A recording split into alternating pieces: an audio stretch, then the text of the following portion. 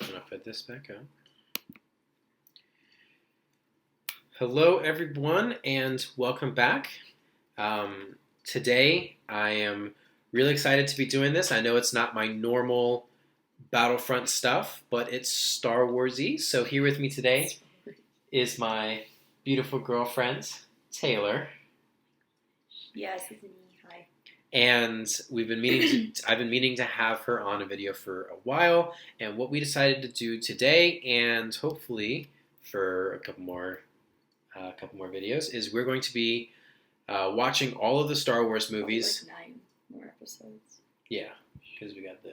So in preparation for the Rise of Skywalker coming out in about a month or two, I think it's 2 months. Yeah, in 2 months for the Rise of Skywalker, we're going to watch all of the live-action Star Wars movies. So we're not going to be watching the Clone Wars movie, but we are going to be watching Rogue One and Solo in between. So we just got done watching The Phantom Menace. We're going to be watching all the movies in chronological order, and we're going to have two perspectives here. As you know, I've seen all the Star Wars movies many times, and she's seen a few of them. I've seen, breaking it down. I've seen the original 3 with, Luke, Han, all them people. I've seen Solo. We went and saw Solo in the theaters. I know we saw the bad one. So the bad. Oh, Last Jedi. Last Jedi. We saw Last Jedi. And then, is it A New Hope? I know I saw A New Hope, but, I think I slept through some of it. You think you slept through? Okay. Yeah. So, we are starting with The Phantom Menace, and we're going to be going through in chronological order, and we're going to be ranking them progressively as we go. So, you heard it here first. The best rankings of Star Wars movies from, let's just say, more casual fans to more dedicated fans. We're going to have the ultimate list. Yes. So, just to start things off, Phantom Menace. I'm not allowed to cuss. So, what do we think? He was rough. He was a rough boy. He was about trade wars. That was the point of this movie. I watched a 2.5 movie about trade wars. I felt like I was watching the Discovery Channel. But Darth Maul. No. Darth Maul. This boy. I was like, okay, Darth Maul is here. We're going to get some intrigue. Because, I know, Star Wars people, they get hard when anybody talks about Darth Maul. They're like, oh, yes. Well, he comes on screen, and he's there for, 5 minutes? 5 minutes, yeah. 5 minutes, and then he dies. It's the best 5 minutes of your life. Like a beach boy. Oh, beach boy. Like a little beach boy. And, that is not okay, because he was the only character, I think, who could have maybe been, giving this movie some juice. So, Taylor has a list of questions that we're going to bring out and talk about, but I'm going to just give a quick recap of the film. So, pretty much, what starts with an galactic republic that has been standing for the longest time, where the Sith have been considered extinct. There's been some rumblings going around that the Jedi haven't sensed. What starts as a trade federation trying to block space lanes, and yes, space lanes, because... Yo, it's space. You ready for this? Oh no, he is in my space lane. I'll go into this other empty space. Space lanes and trading and taxes becomes one taxing federation becoming a little bit too greedy, and the young but brave Queen of Naboo trying to stick up, what turns into a whole adventure that nobody saw coming, and the eventual finding of what could be the chosen one Jesus character of the franchise, Anakin Skywalker. I forgot that was in this one. So, I think, I've seen this movie a lot of times. Honestly, this was a lot worse watching it this time. And I think it was because I had to explain things to Taylor as it went along. And, when you learn in school, you don't really learn things until you can explain them. And the moment that I had to start explaining all of these things, I realized, how dumb these were. And I know George Lucas's classic thing is Star Wars is meant for kids. So that's why it's, how I made it. And I hate to say George was more involved with these movies, and you can tell The acting is horrible. The writing is terrible. Terrible. The overall plot and the direction of this trilogy gets off on a horrible start. Do you want to know what this movie was? What was this Like, movie? imagine a movie as a heart rate monitor. Do you want to know where this movie was the whole time? No, it doesn't even get Oh. It goes down, because you know when it goes down? When Jar Jar's on the screen. So it goes boom, boom, boom, boom. Which I think is a great way to start. So, one of our biggest complaints about the entire movie, as is most people's complaints, is Jar Jar Binks and his importance to, importance to the plot and to the film. So my number one question, well, I just had a comment about Jar Jar. It was an inappropriate comment, so I'm not going to say it. But a question I had was, why was he allowed to leave the army? Why were they like, he's useless. He has done absolute nothing. But you know what? Let's let him leave the army. And then, oh no, I'm not done. I'm not done. And then that whole scene where he freaking like accidentally falls on a droid soldier and then wipes out a whole series of droids with his foot gun. And this happens multiple times throughout that scene. Yeah, no, I know George is trying to make a comic relief character, but it's really hard to watch a movie that I'm trying to take seriously where there's fart jokes in it. And hearing the Misa. And the Okie Day. Okie Day. Oh, Misa got more questions. No, you don't. And you know, I could deal with the Gungan language if they weren't dumb. But not all of them are dumb. Not all of them are. Only Jar Jar's dumb. It's just if they were serious and they were like, they were all warriors and stuff, I could deal with it. But because even the boss, like the head Gungan, was like with the. Why did he do that? I don't know. Because the queen was over there and she was like, "Will you help us?" And he was like, "Well, yes." And I was like, "You didn't need to do that." And then another thing going in. Let's start with Naboo.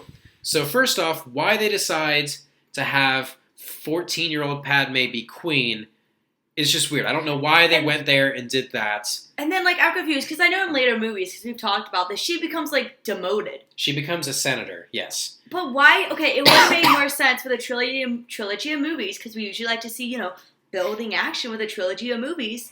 If she started as just, a nice rich girl, and then she moved up to senator, and then she moved up to queen. But they decided to start her as queen and work the way out. Also, side note, what is this a democracy? If it's a democracy, why do they have queens? It's obviously not a monarchy. What are we? What is Naboo? Yeah, we don't know. The other thing, the whole bodyguard thing. With and also, switching. that wasn't cheap. That was Keira Knightley as the fake queen. A lot of people don't know that. That was Keira Knightley, which, as you know, Keira Knightley from the Pirates of the Caribbean franchise. Now, granted, I don't think she was quite as established at this point. But still, Keira Knightley, she's a pretty good actress. That was that's when they switched places. Yes. Why did they do that? Now, I don't know why they did that. Because they had this whole big reveal. And, it wasn't really a reveal, she kept making, all these, little remarks. I don't approve of that. I don't think the queen would approve of this. And it was just weird. The whole entire thing was just I don't get why you did this. And I guess maybe it worked out at the very end when they were storming the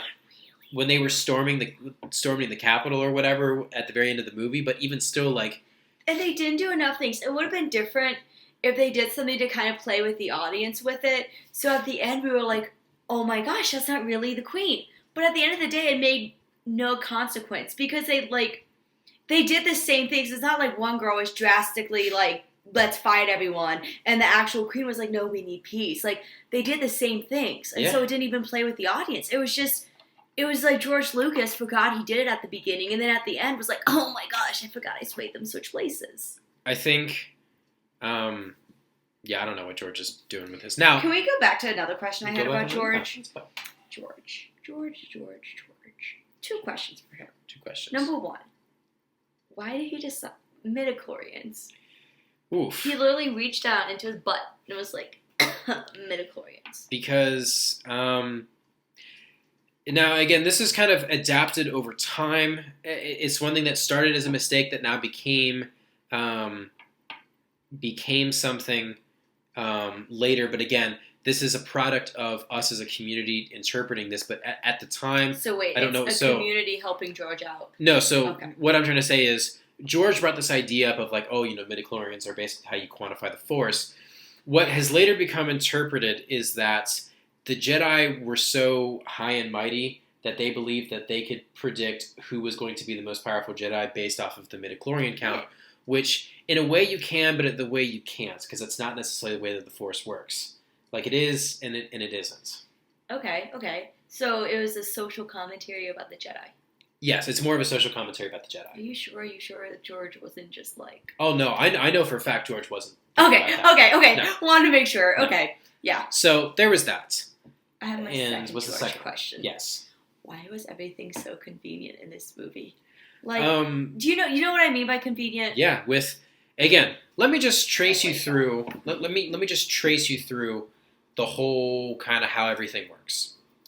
So, the central character and plot line of the entire Star Wars saga, and in this case trilogy, is Anakin Skywalker. Anakin Skywalker is the chosen one. He is meant to bring balance to the Force. Now, Anakin was virgin birthed, to this woman named Shmi. And now, in order for them to find him, it took these two Jedi escaping off of a Trade Federation ship down to the planet, meeting Jar Jar, going down to his home world, going through the planet core, finding the Queen, going out, getting the hyperdrive damage, landing on Tatooine, finding him, Jar Jar having to eat that weird frog thing in the market area, Anakin helping him, then Anakin taking them into refuge, them going into the pod race. Going into the pod race, winning the pod race, then bringing him back to Coruscant and starting that whole process. This is all just, there's too many steps, and I could almost forgive this for being stupid if it wasn't for it being so dry. Yeah. It was so dry. Okay, guys, I will be real with y'all. It took, maybe not for him, it took 2 nights to watch this movie. Yeah. I'm not a sleepy person. I'd say as overall, I don't fall asleep during We started movies. it a little late. We started at like 7 or 8. Yeah, and I'm not going to lie. We got to the pod race. And pod race screwed me over. I got to the pod race, and I was like, these are people driving around in pods for like 30 minutes. And then I fell asleep. So, it just is, it's one of these things where one of the biggest complaints throughout the prequel movies is the acting.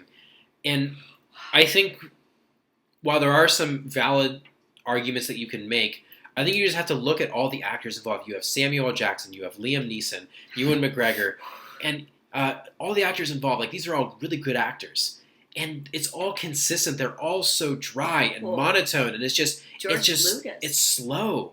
The pacing of this movie is just terrible. Awful. Listen, I would rather them take a solid 15 minutes off the pod racing and give it to Darth Maul. Because I feel like Darth Maul, because, like, you know what? I can at least appreciate him because he was doing his own stunts. Like, that could keep me interested in those scenes. I will say, this movie was made in 1999. The visuals for this movie are fantastic. Well, that's because George Lucas was like, you get CGI, and you get CGI, and everything gets CGI. I think the biggest thing that this movie suffers from is Plot. It's bad direction, but they're telling us what's going on instead of why it's all happening. Instead of showing us, it's telling us. Yeah, it's showing us instead of telling us. Why are they taxing Naboo? Why do they want to do that? Why doesn't Padme, why does she stand up to them? Why do the Jedi not think that the Sith have returned? You're making a really good point. Like, they made all the characters, like, 2D. Yeah, it's just all these characters. And honestly, the most interesting character to me, and I'm going to send this in now, we're going to go into the positives for this movie. Okay. Positives for this movie. Qui-Gon was by far my favorite character in this movie. Because... Was he Obi-Wan's... He was Obi-Wan's master. Okay. It's Liam Neeson. I wanted to say daddy, but it's not daddy. Oof, isn't he all of our daddies? Anyways, I love Liam Neeson. He had I will say, of all of the monotonous performances, Liam Neeson gave a really personable performance. He had a lot of emotion and personality mixed in with what he was doing. I'll give you that. There was I think one of my favorite interactions that he had was when he was talking to Obi-Wan after they had just talked to the council, and they went outside with all the flying stuff in the sunset, and Obi-Wan was like, yo, like, you know, why are you doing this? Like, you know, you could be on the council if you just, you know, agreed with them. And he was saying, like, hey, like, you know, I, you know, follow the Force. And he really showed us, you know, what a Jedi looks and should be like. And I really enjoyed his performances, and he made my favorite times were when he was on screen. Now, contrary to popular belief, What you about to say? The actor for Anakin gave a really good performance. Well, he was 6. Oh, well, he was probably okay. He was playing. So Anakin was 9, so he was I'd 9. say 11 tops. He played a 9-year-old kid. He did that fairly well. And he did that very well. Now, I think child actors suck. I don't think in serious movies, or I'd say, I don't want to say important movies, but like movies. I think you can have children, but they need to kind of just be like not in it. They need to stay in their lane. And I think what this movie really also suffers from is Anakin not being older. I think if Anakin was 14, I feel like it would cement him a little bit better in terms of everything that follows. Also, like, doesn't the next movie jump to him being 17? Around that age, yeah. Why did they decide to make him so young in this one? Because it would have made more sense to make him a little bit older so we could continually go into the next one's more smooth. Yeah. And again, it's just, I did like his performance, though. Also, Darth Maul was cool. He had the Boba Fett-esque of just this character that you see. They don't say much, but you're drawn to them. And I think I wanted more of him. You wanted more of him, and I think that another thing this trilogy suffers with is it has too many not permanent characters, or they introduce too many characters, and then they take them away before you can really know anything too much about them. George Lucas wanted money. And I think he could have been a really cool, continuous villain, but alas. Alas, he is not. But he's in Clone Wars. And okay, not gonna lie. Okay, I have also seen some Clone Wars episodes, like, you know, the series, and like I actually like him in Clone Wars. Yeah. Like he's cool in Clone Wars. We love Darth Maul. Like his brother. Yeah, we love Darth Maul. Okay, I want to have a positive because like I feel like I've just like completely taken a poop on this movie. I actually surprisingly enjoyed the scene. This is like right after the pod racing area, but Padme's giving a speech in front of the whole Senate. Yes. And I will say that was a cool scene. Yeah. Because like we had all the different nations, and it showed like I like political movies, like All the King's Men, all that stuff. So I was down for some politics.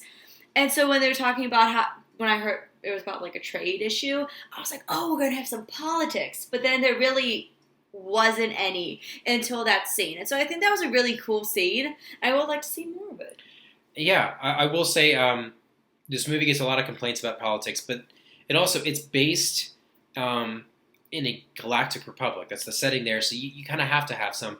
I will say the taxing was boring. Yeah. But that scene when Senator Palpatine, not Chancellor Palpatine, Senator Palpatine was pointing out the corruption in the Senate, I thought that was really good and really well done. And the way that she stood up and the way that he kind of... Now, again, it's later shown that Palpatine was manipulating all of this to be happening. But even still, even if he was just a normal senator pointing this out, I thought it was really well done. Yeah. Ian McDiarmid, fantastic. Another one. Is that the senator? Senator Palpatine. Okay. His performance, he was brought to us first as the original Emperor in the original trilogy. The fact that they brought him back to continue the role, he killed it. Loved him. Love him in everything that he does. Can I have one more negative? Yeah. I don't like the braids. Yeah, I know you have I have a serious issue with the Padawan braids. Because listen, Ewan McGregor, beautiful man. Yeah, beautiful man. Beautiful man. The braid ruined it for me. Because I really wanted to look at him and be like, that's a spicy man, but then he had a braid. So, but on the upside, we love some Ewan McGregor. And in the next movie, he gets rid of the braid and becomes even spicier, so it's okay. I can live with it. It was nice to see... now, again, we're watching this as this is the first movie, but I mean, we all know Obi-Wan. It was nice to see a younger Obi-Wan, to see where he came from. I wanted more of him. I wanted more Obi shenanigans. Yeah, he had his one-liners and he had his back sass. I wanted more. Yeah, we always want more Obi-Wan. That's why he's getting his standalone. on Disney Plus. Disney Plus, man. Not gonna lie, we're solid. We're getting Disney Plus, and I don't think we're gonna leave the TV. So, we've been going for a while. I think it's time that we wrap this up because we can honestly we can keep crapping on this movie. I think to give my final thoughts overall, it introduced a lot of cool ideas. Unfortunately, good things and bad things were introduced, and nothing was explained upon. Mm-hmm. And also, I feel like that could have been a better start. Yeah, because I feel like it doesn't connect well to the other two prequel movies. For such an iconic piece of film culture, for the original 3 movies, to have this be the thing that starts it all, it was a really weird movie to start on. It was anticlimactic. Yeah, very anticlimactic. Now, give an overall ranking? For our overall rankings, I'll let you give yours first. Okay, so I'm supposed to say which, movies I like best. So, this is the first one we saw, so this is the best one we saw. Technically, it's the best one. But that's like eating gas station sushi for breakfast and being like, that's the best thing I've eaten today. Yeah. So, on a scale from 1 to 10, 1 being the worst, 10 being the best, I'll give him a solid 4. Because I know that some of the movies are worse. And I want to leave room for them. I will give this movie a 3. A 3. I would honestly give this movie a 2, just because the pacing and the overall just story that this movie tries to tell isn't very good. But what I will say is there is a rewatchability to the movie. Mm-hmm. There are certain scenes and there are certain performances that do entice me to watch the movie. Seeing the droids storm the planes and just the order that they have to it, seeing Darth Maul in anything that he's in, seeing Liam Neeson, if you were to cut out the pod race, that in and of itself is a very cool sequence. I do not like it in that part of the movie. And for 30 minutes. But the pod race, it is cool. It is a really cool sequence to see Anakin do all this stuff. The visuals are fantastic. That's not too CGI-y. It looks great. I'll give you that. So I have one more thing I have to say. What is that? I did not. Okay, I have real issues with continuity and things looking the same, and I did not like the mix of CGI and puppets. Yeah. That gave me a seizure. Yeah. I'm sorry. You know what? That makes me almost want to give it a 3, but I won't. I said 4, and I'll keep the 4. So, average of the 2 out, it's a 3.5. We're giving for The Phantom Menace. Yes. So, this is our reaction to The Phantom Menace. Next will be Attack of the Clones, and we will be going through all the movies. And I get to talk about Padme and Anakin. I was finally given permission to do so in the next one. Yes. So, until next time, guys, thanks for being here, and